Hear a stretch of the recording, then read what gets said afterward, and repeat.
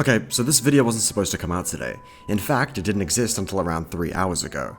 Unfortunately, my plans for 7 days of daily uploads have been completely derailed by the newest update to Deepwoken, introducing the oath that's been teased for God knows how long, Soulbreaker. So instead of sleeping, I'm quickly cooking up a lore video for y'all that'll give you all the information you need to know about Deepwoken's newest oath. A lot of people are writing this new oath as disappointing and lore-breaking, but I've cooked up an explanation that gives it new meaning.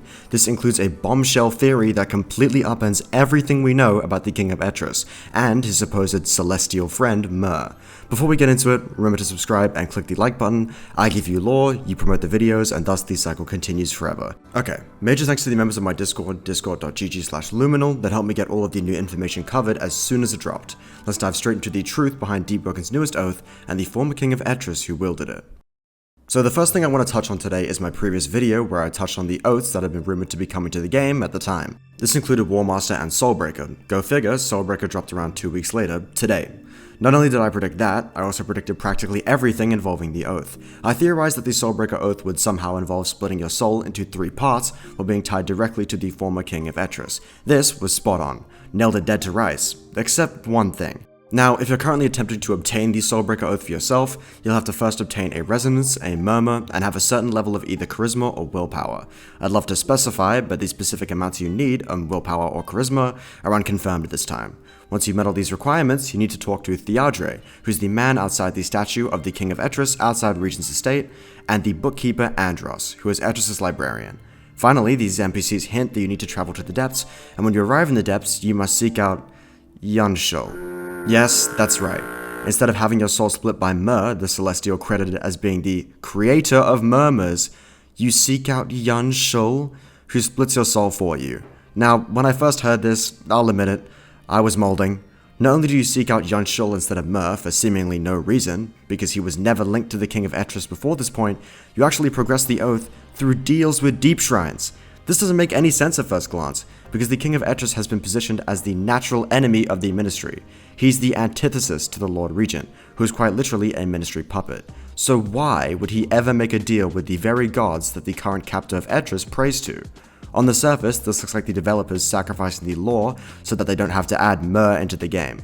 But now, I think this was intentional. Maybe it's the 4 shots of espresso coursing through my veins, but I've come up with a theory that unveils the Soulbreaker Oath for what it truly is, a metaphoric dismantling of Etrian propaganda that exposes the lies propagated by the fabled King of Etros.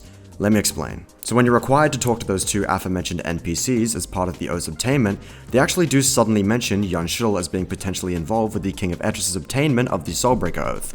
They state that there are actually 2 clashing rumors, one stating that the king had his soul split by Myr, a celestial, and the other stating that his soul was split by a creature in the depths.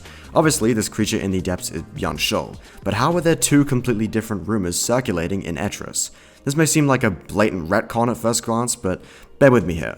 The story about the king having direct links to Myr the Celestial is obviously the most popular within Etros, and that's because I believe the king told it to his people himself.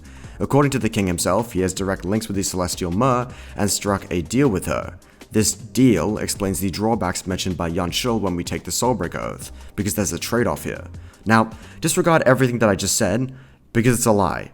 The King of Etros lies as easily as the Lord Regent, because he's never met Myr in his life. Instead, he had his soul split by Yunshul following an expedition into the depths. In fact, I'll raise you one more. Myr isn't even real. Yes, I know that sounds insane, but really think about it. We've never seen anything concrete derived from Myr in the world of Deepwoken. Ulsan has the anklets of Ulsan. Neve has the nomads and everything else that comes with them. The captured, unnamed Celestial in the Rotlands has the Star Kindred, and Myr has nothing. Just a couple name drops and people attributing her to the bestowing of murmurs upon the people. It's because she's a lie created by the King of Etros to hide the fact that he went down and made a shady deal with a drowned god to protect his city. Really think about this. As the King of Etros, his fiercest enemies are the Ministry. If he went down to the depths and gave his soul to a drowned god, the idol of worship for his gravest enemies, his people would lose trust in him instantly. So what was his solution? Turn to the other end of the spectrum, the Celestials. Root his newfound power in religious propaganda which would never be disproved, because the Celestials were scattered and dying by this point. And that's exactly what he did, rewriting history, falsifying his connection with Myr. Now, if you really want to argue for it, you could state that Myr is real, but even if she is, there's a 0% chance that she has ever had contact with the king, let alone split his soul. Otherwise, we would not be able to obtain the oath via Yuan Shul. It just doesn't make any sense. So, the king's lying to his people about how he obtained his powers that defend them from their enemies, actually giving up his soul to a drowned god worshipped by his enemies in order to protect Etris. He falsified his interactions with a false celestial, which also gave his people something to believe in, coming in handy when he disappeared. No, I haven't forgotten that the king of Etris randomly disappeared overnight, but even this can be linked to this theory of mine. In the book Stars Above and the Blade Between, it details the king of Etris' assassination at the hands of the Queen's Blade. The Queen's Blade has barely any lore to it, classic, but it's essentially a relic-like weapon with the power to seal anything it strikes. How it does this is unknown, but I'd bet my house that it simply amplifies Void Zone time dilation.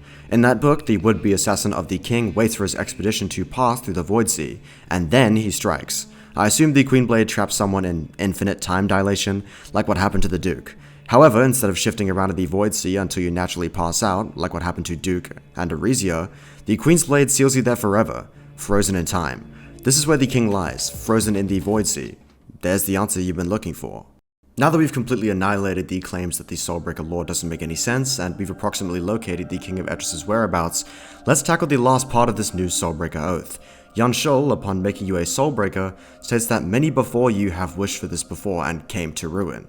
Now, we know that becoming a Soulbreaker literally fractures your soul, and it's all being held together by your oath. The description for the oath itself states that your body is splintered and threatening to drift apart, and it can be assumed that your body literally splitting apart is what has brought these supposed Soulbreakers before you into ruin. Well, how could it possibly do that? I mean, you're bound by oath. Well, I don't think this ruin Yuan Shul mentions comes before you die. I think it comes after. Think about it. When you're slaughtered in battle, the essence of your oath comes undone. And what's left of you when your oath dissolves? A fractured soul. You won't pass on. You're splintered into three, after all. You're not complete enough to reach the afterlife, but you're not split enough to dissolve into nothing. You simply suffer.